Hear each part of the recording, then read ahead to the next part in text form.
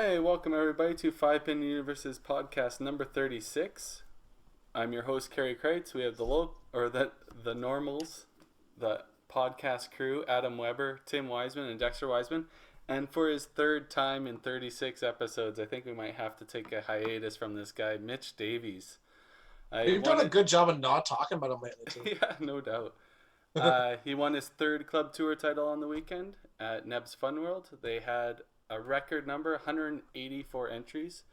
Awesome to see. This weekend we had the Autumn Open as well in Calgary. They reached 200 entries, a milestone for decades for sure for that tournament. Paradise Lanes put on quite the show. And Brian Hurst was the champion, which was pretty amazing. So, Mitch, I guess my first question to you is, how did it feel to win your third title at Club Tour, and what are you expecting coming to TPC in 3 weeks? Actually, this one was really special. The fact that we were able to change the format from what we had last year and the years past. I think we've been running Club Tour now for about 8 years, and this was our first time that we really took a chance on going to a new format, mimicking the one that TPC and Regina have. And it took a lot of balls for us to do it, and I'm really appreciative to Tom and Jeff that they were able to make that change and make that adjustment, and just on the fly of basically my word, because they don't go out there. They're big time bowlers, they're big time proprietors of the game, but basically, I had to do some big time convincing with them, and they went along with it, and I was greatly appreciative of them. So this was definitely a special one to me, especially to win it the first time we had it here, and that was a big one for me. I really enjoyed it.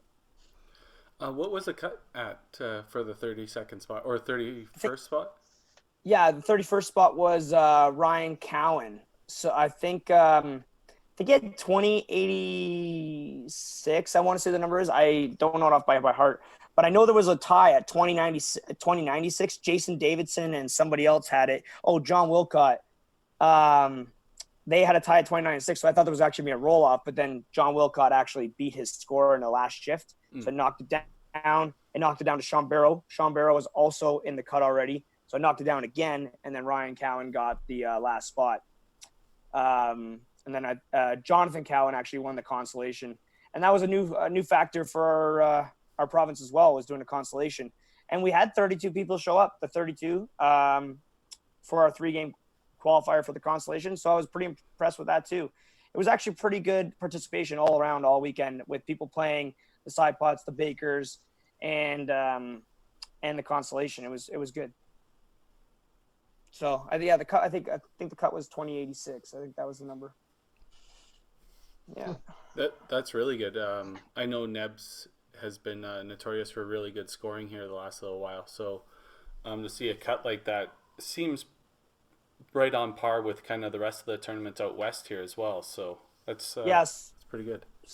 So the cuts. I think the cut last year, I think it was like 1960. Yeah, it was bad, but it's because I don't know. They have convertibles, and I'm not going to say that they're conducive to the bad scoring. I'm not going to say that at all. They've had issues in the past, and they've tried to figure them out, like, time and time again. And then, I mean, where I first noticed these was out west, when I started coming out to these tournaments, was the black bases. Mm-hmm. So, and how much better scoring has actually gotten, and you see it, and it makes it a true pinfall, I believe. Mm-hmm. So I brought it up to Jeff last year in November. We didn't get to bowl the October Club Tour with the black bases. It was with white bases, and it's super tough. It's probably one of the toughest houses I've ever played. But then when they went the black bases, it's been actually really good scoring consistently. And you could see it this weekend. It was the same specs as Bonnie Doon, but I've never played Bonnie Doon since I played it when I was 18 for YBC Nationals, so I haven't played it since they've gone 17 inches. But you could definitely tell there was still some times where you're like, okay, how is that not a strike? But it was way better, and it was way more consistent. The new oil pattern that they put down, that was pretty cool, actually, to see it come down. They put a video on Facebook of it last week, and I don't know if you guys had a chance to see it or not, but the oil it was really good. Like you could see you could get that back end that last 10 feet, you could get that movement if you really wanted it. But if you didn't want it to, you didn't need it to. It was just nice. And there wasn't like too many rings that came back on your ball. It was definitely a good pattern to have. Mm-hmm. That was the thing about Paradise. I don't know if you guys noticed it, but on Sunday in the 16s, there was definitely rings coming back on the bowling balls. So the lanes had dried out quite a bit by then. There was rings coming back? Yeah. Well, yeah, on my bowling ball anyways. Not like oil burn rings, rings? burn marks. Yeah, I was going to say burn marks, right? Not like re-oiling. No, marks, right? no. Burn marks. Yeah. Yeah, I didn't notice too many of the burn marks, to be honest. Well, you weren't really revving the ball, Adam. You're bricking it. Also true. There should have been a little bit more roll on there. There definitely was some very good scoring at the Autumn. Definite score to be had, but if you were off, it was Plow and Chop City. Which is kind of exactly what you want from an event, right? You want the guys that get hot, that are really playing well, are scoring well, and taking it to the next level. So it was really fun watching Brian Hurst. What do you average? Almost 280 or something in that. 277. Yeah, which is phenomenal. Probably end up going 11-4 or something like that in match play as well. I know he's playing quite well there. Also. A lot of kickbacks, if you guys noticed too, right? Which is kind of indicative of a little bit more power in the game. I didn't see a whole ton of slow rollers kind of get through to the cut line there. But yeah, no, we're really well run event as always. Yeah, when I played Bradley Tiggett the last match, I know he was still playing for I think 6th. But he spared aces against me, and he actually mentioned that was his 4th spare or split spare that weekend. Yeah. Wow. I didn't spare a single split, but there was quite a few guys. Johnny McDonald spared a few splits. Bradley did. There was guys sparing them out there. Yeah, 16 and 18 were huge for that. Mark sort of gave us the down low why 18 was acting that way a little bit different than the rest. But I don't know, the scores. I think the scores are there. Paradise has always been a house where I don't think you'll see a slow ball thrower make it. There's nothing. I don't think they couldn't. I just don't think it's. I don't know. It just never happens. Maybe not indicative to the scores, but it's a little bit different than 5 or 6 years ago when Adam was, I guess, pre-retirement. This is post-retirement now, but. When he was back in the day, he used to get a lot of chop strikes, a lot of 12, a lot of chop. We don't get those anymore there, at least. But he got a lot of 12s and 7s and so on and so forth, so with a little bit of weird hits. I know Karie and I are pretty proud of her Baker's 144 on lane 18 over there. 18. It was so wild over there. We Karie and I both ripped the right 3-pin and we got a split out of it. Yeah. So. And then we promptly went after the right 2-pin that didn't have the right 3-pin, and we both missed it twice, both looking at Harvey Poza like he was going to kill us. Then we found out we threw a perfect game a little bit later, and Harvey was a little bit happier with us, but it was a good event for sure. I was going to say, Adam, I not anything against you, but I heard back in the day when you used to throw a lot harder, that was was that one of your game plans going into the center? Definitely didn't hurt having that extra power, right? But I guess at that point I was not so much focused on the roll. I was definitely just hard chuck, make sure you get it to the middle and see what happens, right? Just watch pins explode. But all of a sudden now chop offs are turning into 12 count minimum every single time.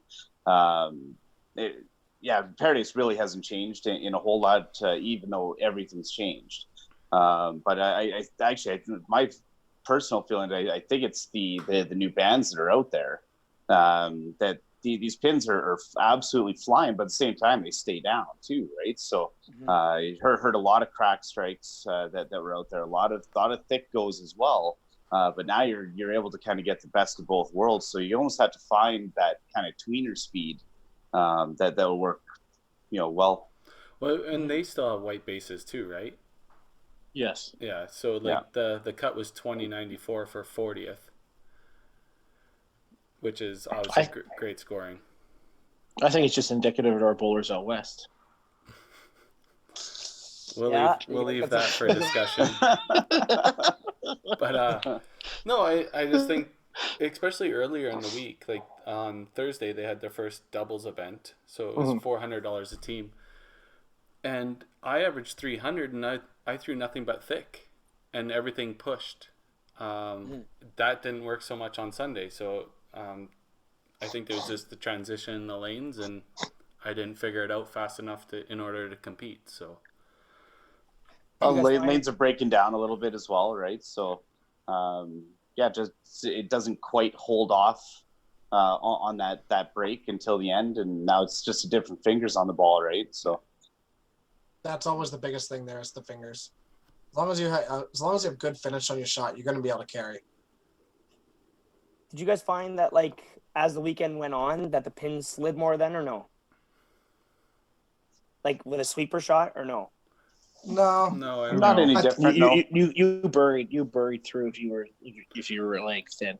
Because I was having a conversation with Jeff England about it on the Friday shift, and I threw a couple light ones and I got a couple sweepers, and then I was like, oh, when did you guys like oil the decks? And he said we didn't. He said it's actually like a myth. He seems to think, right? And when he explained it to me, I was like, okay, that actually does make sense. So I guess in 10-pin. They actually put down like a sticky like foundation underneath the pins to hold them, to make them stick so they don't slide off to different sides. So it's easier for them to like kind of tip over or fall over. But I guess the reason that you would see pins is better off to see them slide is the oil. The oil kind of just drifts down the lane and it ends up eventually in the pins. Whereas it's just a myth that you should just pledge the shit out of it, right? Or pledge it. Sorry. Yeah, but I feel like that's a little bit different in 5-pin. I mean, you don't have oil go down nearly as far in 5-pin than you used to do in 10-pin. I don't see us dragging our oil that goes out to the arrows and light oil out to the arrows all the way down into the pin decks. We have done pin decks. We have oiled pin decks before. We used to do it on a regular basis, and you would see it break down a little bit throughout the weekend. But I also found that when we were oiling pin decks that you'd see a lot of blow-throughs to the 3-pins. And you see less of it when you don't, because you get a little bit more deflection. Yeah, that ball won't just drive through it. Like it'll slide right through if you keep the oil out there, right? Yeah. It takes that little bit less effort, or a little bit more effort, to knock over those pins, and then instead of the ball going through the 3-pin, it goes, into the 2-pin. So, but yeah, I don't know. I don't think that with the amount of oil that we put on, that we'd ever drag the oil all the way down into the pins. Maybe through a whole weekend of like a TPC or something, you might see some oil carry down, but yeah, definitely not to the extent that 10-pin does, because their balls pick up the oil and drag it down, right? Right. I think it may depend on the center as well, right? All of a sudden you go to some place like Red Deer, who has that extra little bit of oil on there. It's just going to carry down for days longer than, say, Fairdays. Yeah. Yeah, they're oiling 50 feet in Heritage, I swear. Sure feels like it. Adam, I know you just used Starlines the whole time, but Dexter, did you switch bowling balls at all at any moment and found a different ball tracked better on the Paradise lanes at all? Or? I started out with Manhattans, and I wasn't really a big fan of the pin reaction. A lot more chops. A few more blow-throughs. I found I had quite a few blow-throughs. So I ended up putting them away and going to my Cyclones. But that could also be the weight difference too. My Cyclones are, 2 ounces lighter, or an ounce and a half lighter anyway. So that little extra deflection definitely helped, unless I was going thin left side was an automatic blow-through, but otherwise everywhere else seemed to be okay. Yeah. But on Thursday, Friday, I was using Manhattan and was scored really well. And then Sunday, the Manhattan was nothing. And then I went to Starline and scored half decent, but then I was just making bad shots at the wrong times. Yeah. Did you Yeah, notice? quite frankly, Yeah. I think the lanes were playing quite well because when I was throwing the star line well, it was reacting exactly the way I wanted to. Right, if I was getting to the side, everything was either cracking through or dropping out. It was generally holding pocket as well, which is kind of what you want to see at most of the tour events. Yeah. So I don't know. I think Starline was a good option there. I saw a number of players, throwing quite well with him down there as well. Yeah. Mitch, since we're on the topic, did you notice at Nebs if the lane breakdown was happening or the shot kind of stayed throughout the whole weekend? No, that was the one good consistent thing was that I could feel like my ball. Now, mind you, remember we're not using just 16 lanes either, right? So we're using 30 to 32 lanes at times. So you only have X amount of players per lane. We're only using 2 versus 3 or like 3 versus 3 at the very max. So you don't have that kind of traffic that say TPC would have on all their lanes where they have 4-on-4, 4-on-4, 4-on-4, 5-on-5, and then the playdowns. So we're not getting that kind of traffic. But by the end, like I noticed that my ball was still just sliding just nice the way I liked it to slide to the right pocket. And then if I ever shanked it, I could keep it in the left pocket. This is the only center that I ever don't use my soft rolls at, actually, though. I use Amber's little these little Scorpion 3-6 balls, and I for some reason I tried it on Friday because I said, okay, they got black bases now, it's going to be just the same as anywhere else, right? And I tried my soft rolls and 19-20. You know what I mean? Like I was like, okay, and I never do this, but I tried and tried and tried to make it work, and very, very rarely will I ever do that. I'm not afraid to make a switch right away about anything. It doesn't matter what it is. But I tried and tried and tried just because I've been playing really well the way I've been playing. And I was really stubborn. And unfortunately, it cost me another $120 or whatever. So, but at the end of the day, obviously it doesn't matter. But I went to the little Scorpions and the shot just stayed the exact way. Now, I played a different shot, though, in my qualifying shift than I did my playdowns. My qualifying, I was aiming about 2 or 3 boards right of the middle arrow and just trying to keep it at the right gut, and I could hit the right pocket pretty consistently. I was saying I maybe shanked to the left side twice per game for the next 5 games, but overall I was playing it really thin, really nice. And then come Sunday, I tried it and I noticed myself just yanking a little bit too much. So I had to move the line, but the ball just stayed just perfect. That oil machine definitely, you could see it, right? Like you could see where it was breaking down at spots too. So, but it wasn't really breaking. It was just kind of weird. There was like a ball traction, but the ball would still stay where you needed to stay. And now maybe that's blocked lanes. The lanes are getting blocked the right way you wanted them. Yeah, maybe because of that machine, right? I mean, that could definitely be a factor as compared to like, say, you guys doing it with just by hands. I have no idea. Like, but it seemed like it was more true. Did they strip and re-oil in between like days or anything like that? No, he never did. Okay. He never did. He kept it all the same. He said that so they oiled it the week before for their league, and they had like 2 900s or whatever. They actually have some pretty good talent in those leagues too. Nathan Cooper, Jonathan Cowan, Jeff plays it as well.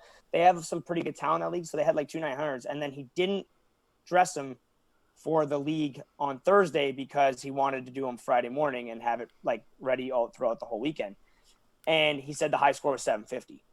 So he was maybe saying like the oil pattern could have made a difference, but I also think like, you know, people have bad nights. It's just what it is, right? Yeah, week so to week. Yeah, so you never know, but maybe the oil is conducive to higher scoring. He's gonna definitely have the data. I think that has like a consistency level, right? When it's freshly oiled, that oil will be there that whole time that you're only playing 3 games. When exactly the week later, that oil's carried down at different parts because people play different parts of the lanes, and it could definitely affect. I think it definitely affects the way you're playing the lane as well. Well, think about it. If you rely on like a back end movement to cut in, right? If you're playing a thin line and you rely on that, say, I don't know, 6 inch to a foot gap of turn at the back end, Well, now all of a sudden it's sliding through, and now you've got to figure out another shot or another angle, right? Yeah. And if it's not your number one go-to angle, sometimes it's not the easiest thing to ever figure out. I think the biggest time I ever found that exception was 2016 Open Provincials in Chinook. If you ever watched, I've always watched, look down, and always watch the side of the lanes. It maybe it's something because we always, at a bowling alley, you can always look at where the pin spots are, how they're lined up and whatnot. But by the end of the last day, you could see the burn mark was probably 2 boards left of the center arrow to like the whole third, maybe almost between the second and third arrow on the right. It was just burned. Everything was dry because everybody's lines were right there. You could tell it from just looking at it. So a lot of people were actually pushing left to try to hit that oil, playing a different line. That's the biggest time I ever found a big difference with that. That's surprising because I've played Chinook before, and that was a couple years prior to that, and I felt that line stayed consistent the whole time at Chinook just because it seemed like they oiled a lot. Yeah, they didn't that year. But, it reminded me a lot of Heritage, actually. Right.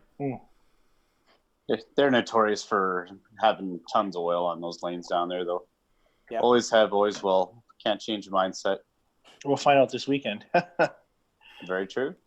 I don't mind the oil now, though. Like the oil, I think I don't want to say the more oil, the better, because obviously we don't want it to be greased like completely. But I feel like at Heritage that wherever I put my ball, it's going to go. So I can play around, and as long as I'm accurate, I should be fine. I don't need to rely on that movement to move me off to the other side or anything like that. If I'm hot, I can play that one side and play it consistently. And I mean, all of us, I'm sure, feel the same way. It's like, Timmy, I stole your line this year when we were at Heritage because I could see the way you were throwing the ball and you were getting strikes because it was just sliding directly right across and you could get that carry. So I saw that happening. So I stole that and I started playing really well. And sometimes that's all it takes just to make it so it slides. And then I go home and I'm like, okay, I'm going to try this shot. And my lanes are pretty dry where I play. And I could never get it out of the right pocket. Like I could never get it anywhere near the left side because when I'm throwing it and I'm cranking it, it's gone. It's coming back. Yeah. So I feel like that oil really does help to keep you where you want it to go. I just hate the instant chops that comes with the oil at Heritage. Yeah. That's everybody. It takes away like any of that side of the game. The high revs, sort of, the thick shots that kind of push through, and sure. Yeah, it's an instant chop every time. And I've played I've played that touch thick my entire life, just with like high rev rate, and it pulls in. And if you have a little bit of movement, it's fine. But as soon as it's that oiled, you get absolutely nothing. Not all of us can play thin.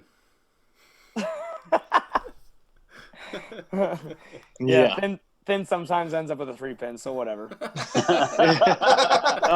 That's what happened at Chinook. Yeah. Oh, I thought you were talking about the Tour Championship. No, I was just bring up the other ones too, whatever. Or the TPC against me that one time. Yeah, I pinned that up for a W, though. Yeah, I know.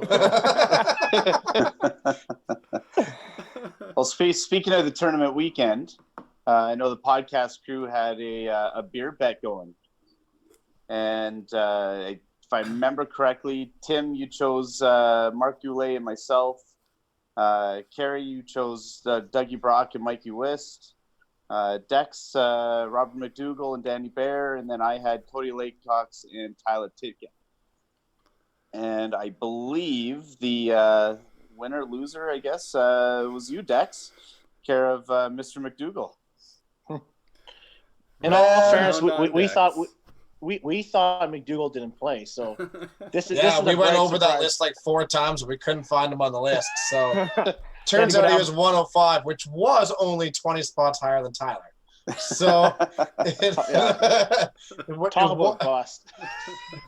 was getting close. So fine, I'll buy you a beer. Good thing it's at TPC because, I'll just. Oh no, I thought you were paying open the taps at Masters this weekend. Hey, pretty sure Masters, we're all together this weekend. Yeah. Yeah, but I'll be driving, so I won't be able to drink it with you. So I'm not case of beer. Perfect. That sounds good. After bowling. Back to the hotel. Yeah. All right. Perfect. speaking of which, I don't know if we want to talk about this or not, but we've been doing a bit of a fantasy bowling draft, and I was a little afraid of people like semi finding out about it because I don't know if they were like concerned about like us having like little side bets like based on them and stuff. But down in at Autumn Open, there was so much positive reaction to it. Except it for was super cool. Like it was absolutely awesome. Adam Kemp is on my team, and Adam Kemp, once he found out he was on my team, he asked to find out all my other players because he was full team Dexter and wanted to root him on.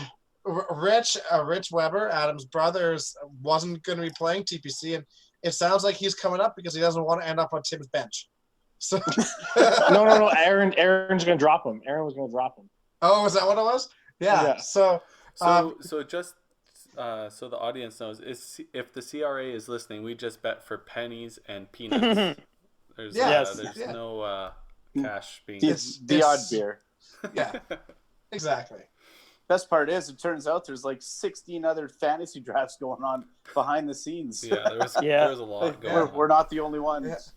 Yeah, I heard Saskatchewan had one going. I think Winnipeg started one. Sounds like Ontario had one going. Yeah, we had one this weekend. Yeah, for our club tour. A lot of guys liked it. It's just something different, something new, right? Oh yeah. We did it the first time in Regina, remember, and it was a great time. Mm-hmm. Yeah, I enjoyed it. Like, it's just something to look at other guys like professional athletes. You know what I mean? It's pretty cool, and it's something to cheer about on Sunday as well. So you want your horsey to go far. Actually, funny story. Doug, I took out all of Doug's horses, every single one of them. Oh, really? On Sunday, I took them all out. Yeah, you could hear him in the background. Are you kidding me? Are you? And he's cheering for these guys. And so by the fourth time, I played a fourth horse, Bobby. I had to play, and he started cheering. I go, "Is the fourth time the charm?" Like, and then he got me. Now he knows what you feel like. Yeah. Yeah. Well, you screwed me over enough. We started 8. We have 4 on our bench. We have a waiver wire working out. I don't know. I was pretty proud with my team. I had 7 out of 8 picks to make, and 7 out of 8 made the cut. If you're all listening out there, Tyler was the most disappointing. Obviously, he showed up at 100 something. Tyler's working on his game for me. That's what he did. So he promised me on that at least. But big shout out, honestly, to Sean McKinnon. Sean has been around for a while, and it was good to see him make the cut. Both him and Cummings had a bang out 10 to make it. I almost jumped over the railings. I was screaming loud, and nobody knew what was going on, but I was proud of them. And then they finally took my 15 and 16 spot in the 40. So it was knocked me out, but it only messes up Aaron in my bank account. So right now, I'm all about my team right now. So did you actually win then? Probably not, eh? So you probably would have won more money. What place are you sitting in? Well, I'm second because Jared had Brian Hurst. But otherwise, if you look at it, my team was just really consistent. And for me to walk out with 5,700 in fantasy and points, I'll take it. And Robert Wolfson make a cut? Like, no. Jesus Christ.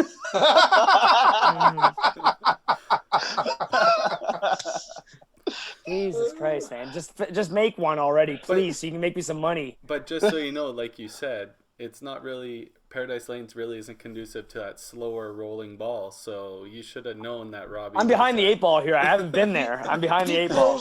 He throws the ball just as hard, if not harder, than Michael Crucier. Yeah, that's probably harder than Mikey. Yeah. So, I mean, come on. But he will make a cut before Len does again. So you made some poor choices. Oh, and Jen, like, geez, man. Can you, like, go better in the 40s? Jesus Christ. Well, I put all my eggs into Danny, and Danny makes the 16s and burns out like mad. I expect better out of Johnny McDonald, too. Like, I have him on my team, and, like, I drafted you thinking, you had, like, you had thoughts of big things, Johnny. Come on, man. And here's a little story for you. Johnny decided to. So, for people that don't know the backstory, at the Tour Championship, I was wearing an orange shirt, an orange jersey. I got defeated 9-1, shot 245. So then I decided I was going to throw that jersey away, but Johnny wanted it, so I sold it to him for $20, signed it. And then in the 16s, he decided to wear it against me. He shot less than 245 and he lost. So it really is the shirt. It is the shirt. No, moral of the story is there Johnny needs to stop messing around, okay? Get serious, Johnny. Seriously, man. I need you here. Okay, There's start playing peanuts on better. the line here. Yeah, man. Jeez. Is there anyone else we want to call out right now? Well, I can keep going down the list if you want. I think Adam needs to call it entire- four shifter. my Four entire shifter, team. Derek Gall. Yeah, Derek Gall, 4-shifter. Thanks for trying, Derek, but man, be better. There's no way he listens. I do want to say, good for Brian Askin. He's really made a breakthrough in the last That's my couple of boy. years. That's my boy. He's really made a breakthrough in the last couple of years, and it's really good to see him make the 40s, make the 16s, play really well. Absolutely awesome. So, He played good in the doubles too, did he not? Very good. yeah, Very good. Yeah. He gave me a injury update. He's not playing. He's lower body injury. He's sitting out Wednesday night bowling, but he said he's going to be back next week. He told me so. Here, I've already been talking to my the team. next tournament. No. I do have a lower body injury with Bobby Kite, so I might be dropping him. I might be looking somebody who wants to be picked up on fantasy. So he went from into doubtful? Yeah. He's not probable for sure. Yeah. No, yeah. Questionable at best. Okay. I believe he's been ruled out for TPC. Well, I haven't got the official, so I haven't got the official report yet. So. Waiver line's coming up. Yeah. Oh, I got a couple. Okay, so we'll move on. We were speaking of Sean McKinnon, and he actually submitted a question a couple weeks ago. His question was, what do you do when you're struggling, like let's say on Sunday in the 16s or in the 40s? How do you get your confidence back to close out the round of 40 or the round of 16? Is there anything that you do specifically, or is it just burn that bridge when it comes up? Well, it's not something that's on my mind, I guess, until it actually comes up, right? The 16s this year were definitely a struggle. I think it's just try to keep it really simple. And again, we talk about routine so often on this podcast, but just, if things are struggling, you just got to go back to your routine and, just take those extra couple breaths and just kind of play it through, because everybody goes through the ups and downs, and those downs at this level are typically pretty short, right? So it's just a matter of getting through it, and you just got to work through it. Yeah, I don't think the game plan never really changes a whole lot. You're still always just trying to figure out what you're doing wrong at that time period. And then if things are like dramatically poor, then maybe you make a big change. But I don't think the game plan ever changes too much. Stick to what you know, go back to basics, and then small adjustments here and there. But you're always just trying to figure out what you're doing wrong at that time period, anyways. So the down periods shouldn't last that long. And if they do, and your ball's not reacting right or something like that, make a ball change or make a line change or something like that to try to maybe get a little bit more splash, give yourself a little bit more room for error. But otherwise, I don't think the game plan ever changes a whole ton. I strongly I think you have to know your game. I know, and I think it's easier said than done, but a lot of us who play the WCBT, you see watching the 40s or 16s, 95% of us know our game, right? And I think that's completely through experience. A lot of us have been through that experience. I'm not going to lie to you. I was getting frustrated in the last game and a half of the 40s. I felt like I know I was pushing it. I wasn't finishing. And I was trying to find that adjustment where at this point when your adrenaline's running, maybe I was just going to play the push, because play the push, find the side, and then just go with it. And I just couldn't find the line. But it's experience. You've been there enough, right? You just understand your game, try to find something that works or something that you just have to go with at that time. Mm-hmm. A lot of times I just guess. In all seriousness, a lot of times it's it depends where you are. Obviously, like if you've been to that house 1,000 times, you can figure something. You'll know something going in there. You know what I mean? You've been there enough times, you'll see how it plays and everything like that. But if you're really struggling, then a lot of times just guess. Just pick a spot and be like, okay, well I'm going to throw this with this and see how this works. And I mean, like there's still time. Like this is what a lot of inexperienced players they do is they run themselves out of time. And they don't realize an 8-game shift or a 3-game match play, there's more time than you think is there. A golfer, right? They're always trying to think. Always. We're always taught from a young age, don't think. And again, I think I've said this before, is that no, think about the right things. So if you you throw a bad shot, think about why you did it, come back off the lane, still think about why you did it and be like, okay, well, how can I correct that? And if it's like, well, if I made it because of this, I'll stand here, whatever the case may be, just keep thinking about it because eventually it's going to make you a better player and eventually it's going to give you some ideas that will help you out later on. Yeah, it might not help you. It might not help you in that 3-game block, but eventually it will help you. I agree with you. Exactly the reason on the 40s. I love the 40s for the fact is it's like Dexter Bull with me. I saw 700 triple to start, but the 40s, everybody, whoever plays those, people get amped up, especially the younger ones. I can say that now.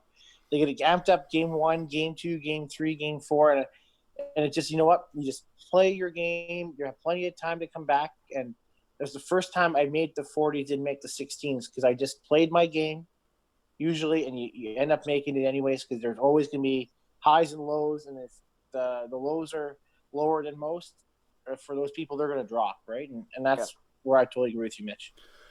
Yeah. I don't mean to – go ahead, Karie. So, like, Tim brings up the 40s. So I was kind of in the same position he was after the first 3 games or whatever. I think after 4 games, I was 29th. And I just made a small change. I knew I was close. I was punching a lot, splitting a lot. So I just made actually a 1-board change. And then I climbed out of 29th and got to 14th or 15th, I think it was, by the last game. But that's exactly it. I was so far out, but there's so much time. Just chip away. You don't need monster games. You just got to chip away. You know where the cut's going to be. Like we always say at the Autumn Open, the cut for the 40 is going to be the same, pretty close to the same cut for the 16. So you know what number you need to get to. Just plug away. Don't dig yourself a hole and then stress out about it. Just keep digging. A lot of sort of switch kind of tournaments here on you guys. No, but good. Like for the club tour this year when we went to this 3-game match play, I feel like I really did have a big advantage because I've played that format so many times that when I was playing guys, sometimes they would think it's over when I'm up 100 with 1 game to go, and you could see it in their eyes. You know what I mean? And I'd be like, okay, this is good because I know this is nowhere even close to over. You know, if I start off pick and you start on 4-bagger, well, there's your sticks. You know what I mean? So a lot of guys, you could tell they thought it was over before it was, and I think I had a distinct advantage on that. But when it was a shift, so my first shift was really rough. Like I said, I had 1920, and then I come out my second shift and I started with a 199, and that was a bang out for 199. So I was like really feeling it, and I'm like, okay, and I'm still trying to think. I must have changed lines 5 times in that 199 game. And I'm still trying to feel it out. And then finally it clicked in games 2, 3, 4. And I shot like 1,060 or 70 or whatever the number was for those 3 games. And there it was. That's all it took was just that little bit of time that I know it's like, it's nowhere even close to over. Relax. Just figure it out. Just keep playing around. So you always have time. Yeah. Even, and you're right, in the 3-game format, things can turn really quickly. Oh, yeah. Especially when you're playing 1-on-1, it's so much easier just to stay in that rhythm, find a line, keep that consistent shot. And if you find that shot, you could turn your game around in a heartbeat. And at the same time, if you start punching, you could start punching in a heartbeat. That's so right. I find in those 3-game formats, I mean, that's why you look at all of like the final scores. You see lots of them in the 900s to 900s, or we've seen 1,000. I mean, you just don't normally see that in like real life, but on one-on-one matches, it can happen because the pace is so quick. You can figure things out really easy and stick with it. Yeah, and guys were really getting fired up, and I've been doing this last like 5 or so years now, where I've been just really trying to stay calm and collective, and then like obviously, I've had some times where I've obviously gotten angry or whatever, but I try my best to stay calm the whole time and not show emotion, and just be the same throughout the whole process. And you could see guys that were like really getting amped up, and it was like game 1 of the 32s on the B side, and I'm like, all right, maybe just relax, because that stuff's gonna burn you out, and it's gonna get you more mentally stressed than anything. Where if you're just worrying about your shot and why you did what you did and how come you threw a good shot or how come you threw a bad shot, you're better off that way. Absolutely. Yeah, It's funny. The year I won TPC in 2010, I was 23 years old, and like I literally like no emotion the entire weekend, or that entire day, just did not get mad, did not get excited, none of it. And it was really weird because like I mean, I wasn't really super known or anything in the bowling world at that time period, but I ended up winning. I beat Mark Johnstone in the final. Shake hands with everybody, and I'm standing up at the top just waiting for like the announcements or whatever, and one of the parents came up with their kid, who was like, I'm going to say like 10 years old, and shook my hand and just said, thank you. It's just really nice to show my kid that you could take the emotion out of the game. And I didn't even think about doing it then. It was simply, I was just kind of melancholy the entire time, but it was definitely really helpful in conserving energy, for sure. Yeah. But that being said, it's not for everybody. Like look at right. past champions like Kevin Holdsworth. Not a single ounce of energy is reserved, and he took down the traditional. Right? Bradley Tiggett, prime example, doesn't withhold, right? He lets everybody know what he's feeling, how he's feeling, and how he's playing, and he's taken down 2 titles. Obviously, being reserved and holding energy works for a lot of people, but it's not the end-all be-all. But I definitely am in the same boat. I try and reserve my energy and try not to show too much emotion. Adam was saying before the podcast, that's one of the first times he's seen me pretty much angry through the whole 16s, but that wasn't at anybody. That was at myself for not being able to figure out what was going on, why I couldn't score. But hopefully nobody took that hard, I guess. It was just all about me. Tim got some backlash from it. Yeah, well, it's okay. I showed you the line, and you finally scored better on 18 after listening to me. Yeah, that's right. It was all you, not Harvey. Yeah, it was all me. But I agree with you. After playing the first time I played the 16s, I was so exhausted. I remember coming out the chutes. I think I faced Bruce Mortar, shot 350 against him. Won another match 330, and then I had like between like 7, 8, 9, 10. I was so tired, right? And because you don't think about it, it's like, oh, what's 1-on-1? All of a sudden it's like, holy cow, like it's a long, grueling thing. And then I got my energy back up for the last bit, and it was too late. And I think Adam won that year, I remember. I remember Rich doing you a favor and shooting 380 against me the last game, so I couldn't move up anymore. It probably took me down the game before, man. He did, but the Bradleys, Kevin's totally an exception, I think. But the Bradleys and the younger ones, they'll figure out as time gets closer, when they get older and fatter like us, that they need to reserve everything, right? Dexter had to learn at 23. He was a little chunky back then, so he had to reserve his energy back then. Yeah, he did.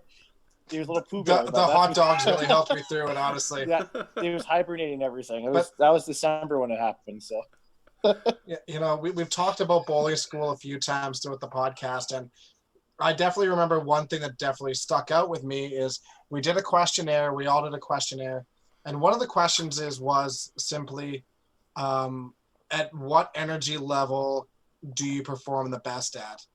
And it was a really interesting question because everybody had a different answer. But being aware of what that energy level is, being able to maintain it is really important to your game. Yeah. It's just overlooked, honestly. You got to kind of know where your edge is, right? Yeah. And because that's probably where we're going to peak perform is right on that edge, or maybe a little bit on either side. Quite frankly, I was that guy for a lot of years with way too much emotion. And quite frankly, you start to learn that it really doesn't help your game if you're doing it every single frame.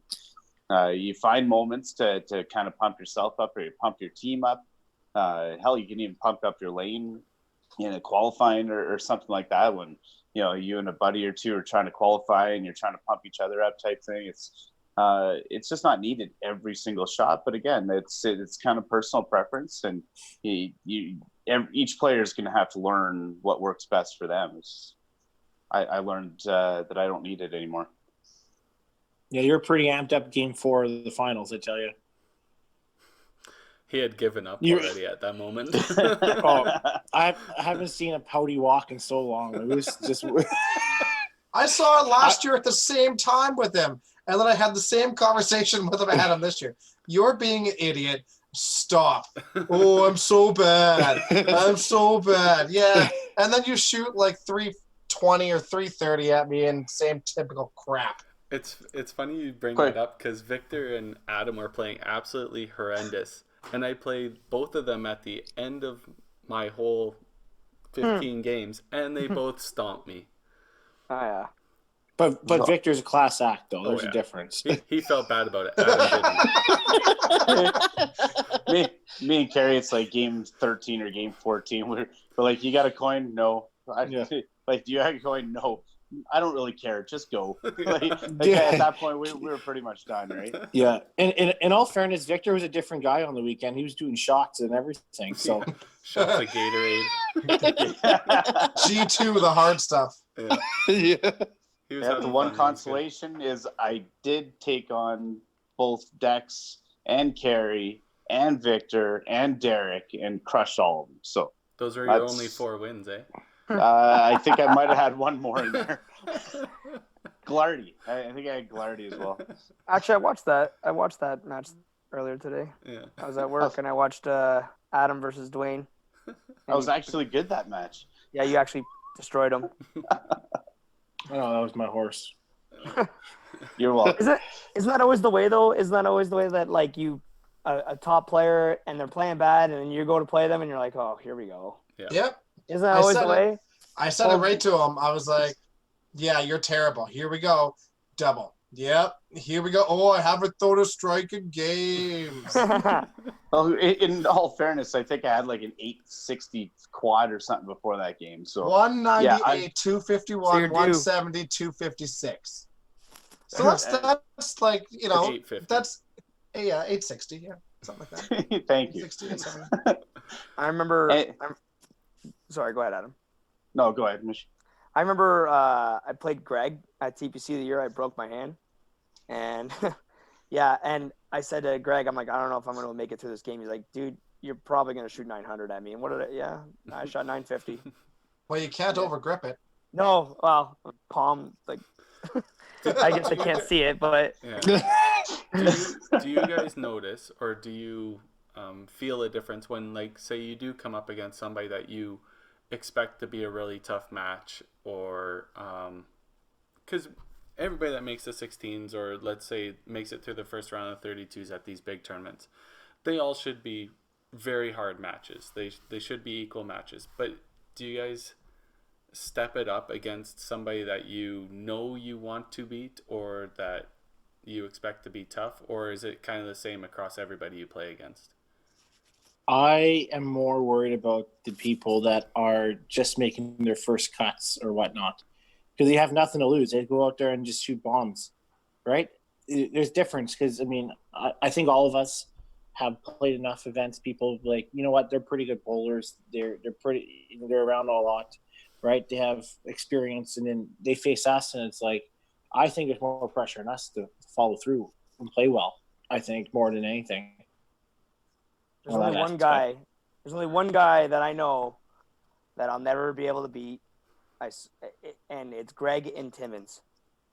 He's unstoppable, man. I swear to God. He is so good at this one. Like, he's good to begin with, right? He's unreal. And then you face him in this one center that he has an extra inch on the head pin that he can hit than we all can hit. And he cracks everything out. He gets every kick, every single one. This past year, we were playing at Timmins, and I had 640 or 30, and I had him by like 15, and I was feeling really good. Like, I was throwing a really good ball, and then he throws an 11-bagger split at me. He's just – and he's won – I think he's won 3 of the past 4 years. That's the one place that I never really ever want to face Greg. Other than that, like, anybody else, you're like, okay, I can beat this person here. I have no pressure against that, but it's just some places and some people, it's like this is their place. Right. That's what I feel. I don't know. I feel like I'm always walking around with a target on my back to begin with, right? So I'm basically getting up the same way for pretty much everybody because I know I have to. There's not typically too many freebies that are out there, which I enjoy as well. I'm quite happy with that. But there's always certain guys that you really want to beat. More often than not, then I start playing a different game and I'll lose that match. So I think it's really important to kind of treat everybody the same, especially in these type of events where even the guy could be 100th or whatever on the 5-pin universe rankings, but they just made the 32s. So maybe he's got a hot week going, right? So you can't discount people at these events. You make a cut, you know you're a player that week. Yeah, you're right. My mindset never really changes a whole lot. But you're right. There was one person I really wanted to beat this weekend, and then I faced him and I was trash because you get so focused on results over and everything else going on around you that you just forget how to play your actual game, and it's dumb. So keep your mindset the same. Yeah, it's definitely tough especially in the round of 16. I find at the Autumn Open, that center is so small the way it is, and then you have all this audience. And a lot of them are family friends or they're family of a youth clinic kid that was there. And so it becomes a gathering and they follow one person. And it doesn't matter where that person is in the 16s. They're just watching them, how they're playing. And if they're playing well, it gets loud and other guys are struggling and they're getting pissed off because it's loud at the other side of the center. Mm-hmm. It is what it is. You have to focus on your own game. That's what makes the sport interesting, that there's even fans there cheering somebody on. It could be literally just the 16 bowlers there just duking it out for their own money, right? It's nice to have that fan base there, and I don't care who they are. It could be anybody. That's awesome. Mm-hmm. Yeah. It gets a little bit loud and obnoxious by game 12. Especially when you're at the bottom. Everybody's in the sauce, and you can tell it getting louder and louder and louder and louder. And I've been there. I think it's great in a way because you kind of you learn how to live it and then just be able to just block it out. The one person I have a hard time facing, and it's not Adam, is Dex, and it's not because he's my brother. I really could care less whether I win or lose against him. It's just the fact is we played against each other for so often. It doesn't seem like a match. It just seemed like you're bowling half the time. And it's true. It's just because it's not a match. It's a pummeling. Because you lay over for him. I'll be honest, I have such a hard time keeping the same rhythm with Dex. I can get it with Lenny, but when Dexter's throwing strikes, there's no stopping him. It just pisses me off. There was something I said to Dexter in the 16s. I won't say the exact phrasing because it may have contained some swears in it, but Dexter starts off with a double, I think, against me, and I start plow. And then Dexter goes up to throw the turkey, and I think you chopped you punched. And I told Dex after he cleaned it up, I said, Good thing you punched, because if you threw that turkey, I was going to tell you to sit down at the lanes and play me like a man. Because he's always off wandering around talking to people and not down the pit. And I did. You went up to throw your ball, and I pulled up a chair and sat right at the end of your lane. But it's so true. I have a hard time facing people with that speed, especially if they're playing well, because then you're trying to you have to feel like you have to answer right away, but you take your own time. It's tough. I find it real tough that way. You know what it's called? Match play. Yeah. It happens all the time. Oh, that doesn't matter necessarily your pace of an approach or anything, right? One guy goes up there, throws a double. Well, it's game time, right? You got to get up there. So it's not like you're going spare strike and you get that extra little time and rhythm or whatever, right? It's just your own game. But your timing's a lot different than Dexter's. Dexter can go bang bang. I can go off, throw a strike, corner spare, and he's already throwing 2 balls, both strikes, and I'm up again, right? It's just. Yeah, but you could take your time too, right? You don't have to go up right timing? away. No, for sure. But then I'm trying to physically remind myself to take my own time, right? So what you're saying is Dexter's got your number for the rest of your career because you can't think outside the box. Is what's going on. You watch. You know what? Face him during Invitational, I'm screwed. I'm also giving my $1,000. There was a time period. There was a time when I faced Len and Seth, and that should have been the fastest match alive. But I slowed him down. I specifically was like, you know what? I can't let him do it. So I went up top and I just chilled out and waited, and I was like, okay, I'll go throw my ball now. But we were still done a game ahead of everybody else. I think I witnessed the fastest match ever. It was Lenny and Herbert. You and I were bowling on 9 and 10 at Regina. Yeah, beside us. Yeah. I remember that. I was like, wow, we were in the game and we were 15 frames and they were done. Yeah, and we're ahead of everybody else too. We weren't super slow. Yeah. No. You know what I do though? If I'm playing a really fast guy, I play it like as if it's league. I'll grab my ball and then I'll just like wipe it down or whatever. Take my time, go to throw a ball, and then I'll come back and I'll wait it out. Like I'll wait a minute or something like that. Because like your body's not used to that kind of speed. Right? You're used to going up and then coming up 4 people later. That's just like a methodology if that's what we do. And so you grab your ball, you stand back, you relax for a minute, feel your heartbeat come down, count it out, and then go out. Yeah. Right? I try that. Yeah. You know, that's a perfect question because I'm sure a lot of the podcast listeners are wondering that. So you're in a match play scenario. You're throwing strike after strike after strike, against the other opponent. You get up to a pressure situation and your heart's racing. What do you do to bring that heart rate down? So me personally, I feel all of my energy go to my legs. That's what I do. I try to feel it all. I take a deep breath and then I feel all the energy go to my legs and then I feel it just like kind of leave my body. Right. And I try to push it down to a spot. And so like thinking about it all, like I know earlier I said think about it. Yes, think smart. But also use some of the tactics that you have. Push the bad energy out, right? And just relax and then go do your thing. And there's nothing you can do. Like you have to throw the ball. So just go up there, push all the bad energy out, down to your legs, feel yourself become calm, and then go out. It's funny you say that because mine is I take a deep breath and I try and feel my energy go to my fingertips to go to the bowling ball and try and make sure I finish the ball. So there you go. Yeah. Nothing feels worse for me if I feel it right in my elbows. You get that nervous energy in there, right? No, I do. Right in the weenus? I feel it in my forearm and my elbows when I'm really nervous. Yes. I feel it right in my chest. No, well, yeah, but I mean, like, I get up there and I feel nervous and my body's shaking that way, right? So I really try to like breathe and I try to like slow it down a little bit. Thanks for laughing at me, guys. I love having Tim on the podcast. So good. That is, fingertips make sense. It's at the end of an extremity. Your legs make sense. You push it out through the end of an extremity. What do you push out through your elbows? So I don't. That's why they're there. Pew, pew, pew, pew, pew, pew. Like,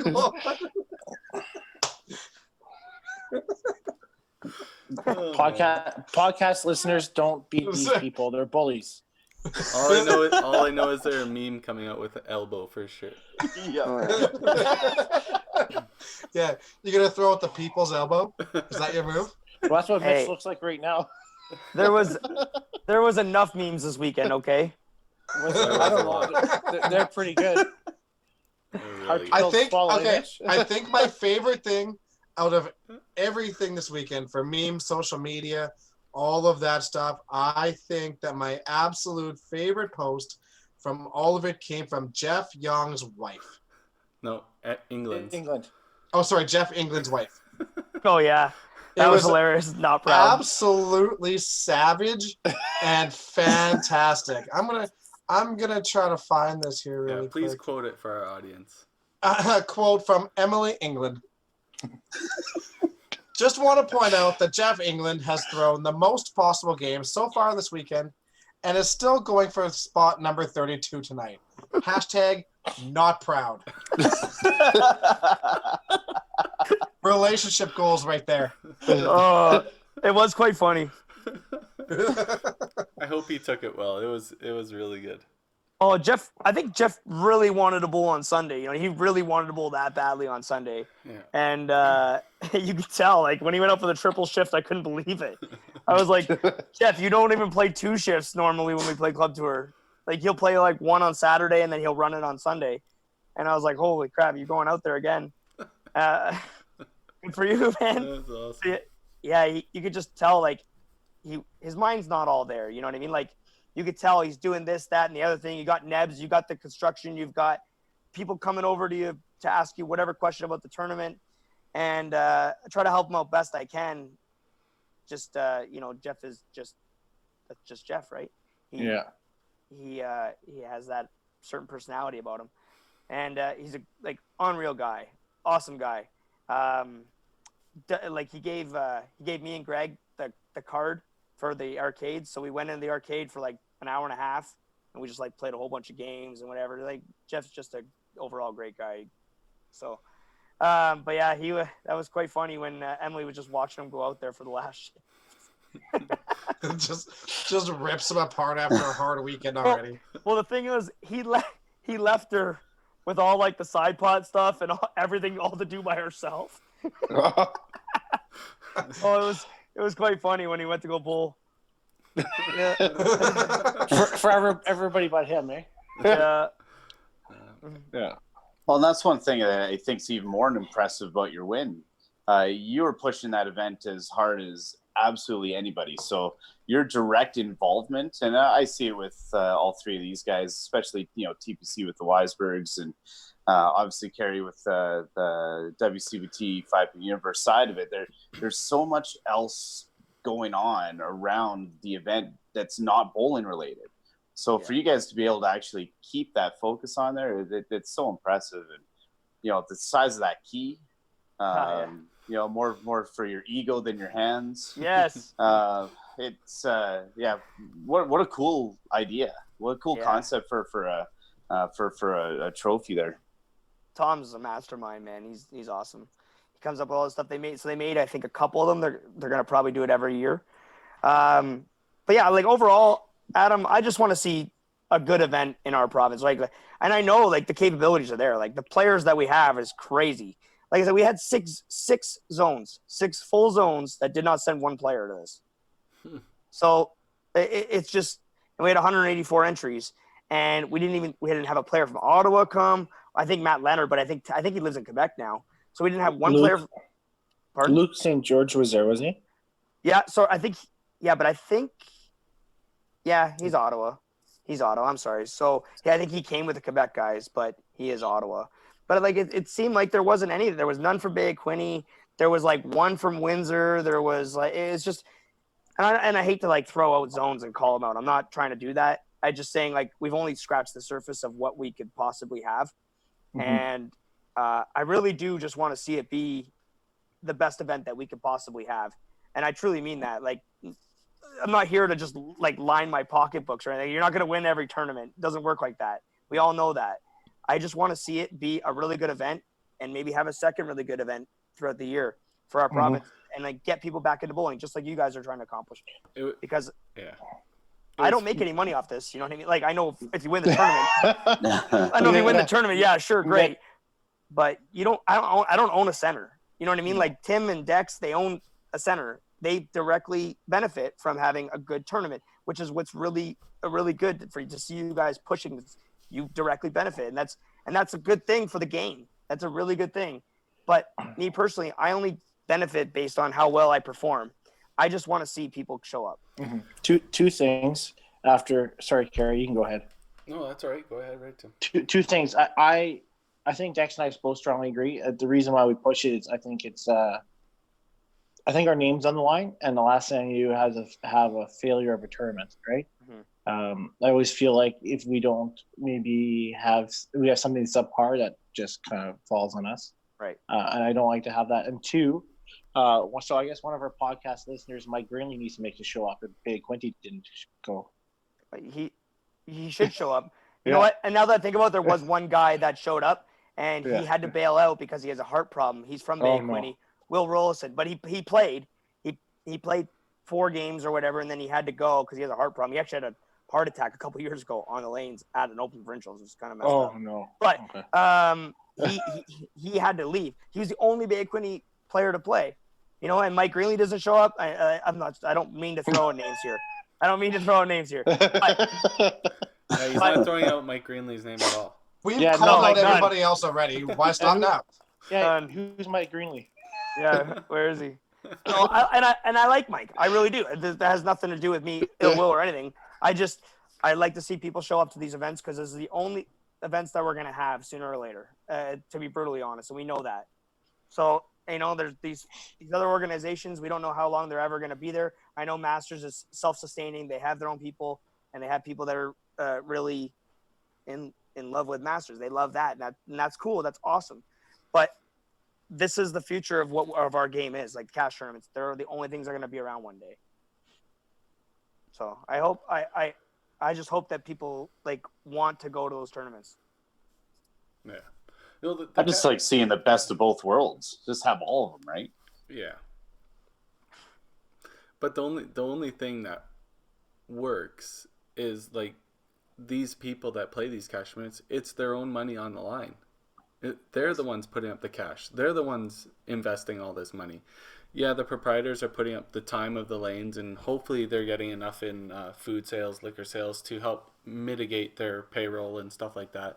We know that's not always the case, but for a proprietor to help promote the professional side of this bowling should help them in the long run. We're hoping. That's the idea. A lot of these other associations like Masters and C5, they have this funding. They can generate funding on the side, but it's not always from the bowlers. These cash tournaments are for the bowlers, and I think that's why they're so strong, and that's why they're getting stronger. I mean, you look at Sherwood Park and the TPC; they had 239 entries last year. Well, I mean, I know I've had conversations with Timmy about it, and I'm not going to say like personally like what we've talked about, but if you can have a side event on the Friday night and you can fill that with 4 doubles teams on each lane, so you're collecting the lineage and you're having people have a good time and you're having people buy food and liquor sales, you're gaining everybody's gaining. You know what I mean? We're getting the tournament that we want. The center's profiting. The center's having a good name for themselves. So it's a good thing for everybody. And then you could see why they could still be able to have these tournaments. I wanted to have Jeff England, and he'll have the numbers for me probably this week. When we're trying to find like a third stop for the club tour, right? Well, we want to be able to have these numbers to be able to say like, okay, this is how much we made in lineage. This is how much we made in food and liquor sales. And then show them, be like, this is the kind of weekend that you could have as well. You know, if we promote it correctly, if we have it and we do it correctly, this is the kind of weekend we can give to you as well, to another center, you know, and because every center, not every center, but some centers seem to think that they're not profitable weekends. And this is true. They're probably not a ridiculously profitable weekend. And Tim and Dex can tell you that, but at least if you do it correctly, you should be able to break even, if not maybe a little bit better, and be able to get your name out there. They used to be not as profitable, but they're just fine now. Yeah. As in, like last year was just perfectly fine. And then Yeah. and I think if we want to make sure it's profitable, I think it's up to us to also promote it and make sure it is, because Absolutely. we shouldn't be the ones complaining about it. We should be the ones fixing it, right? So that's sort of what I look at.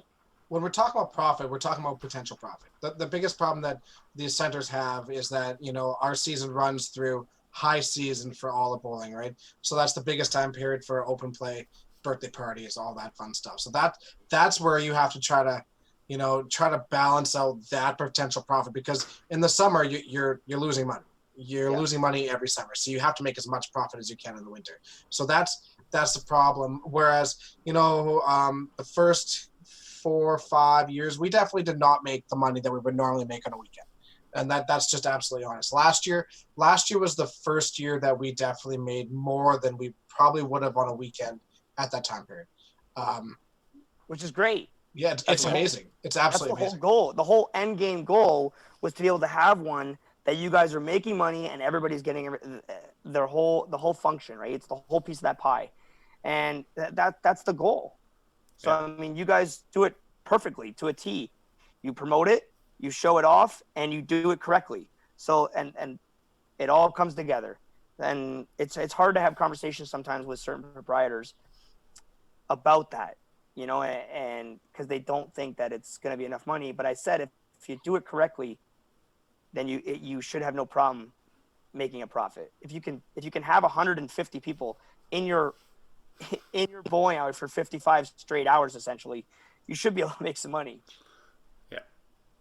Right? Yeah, if you're doing it properly. Yeah. Yeah. You can't have lackluster, right? You got to be all in. Yeah. Yeah, exactly. Is there any quick topics you guys want to bring up, or want to wrap this bad boy up? Do we have any other podcast questions from a couple weeks back? There was quite a few. I'll see if I can pull one up quickly. I kind of mentioned that we would try and get to everybody's questions over the next few weeks, so try and pop another one in here. I got a quick question. Mitch, would you think, I'm not sure if you watched it because it was 1 hour and 22 minutes, but what did you think of the interview?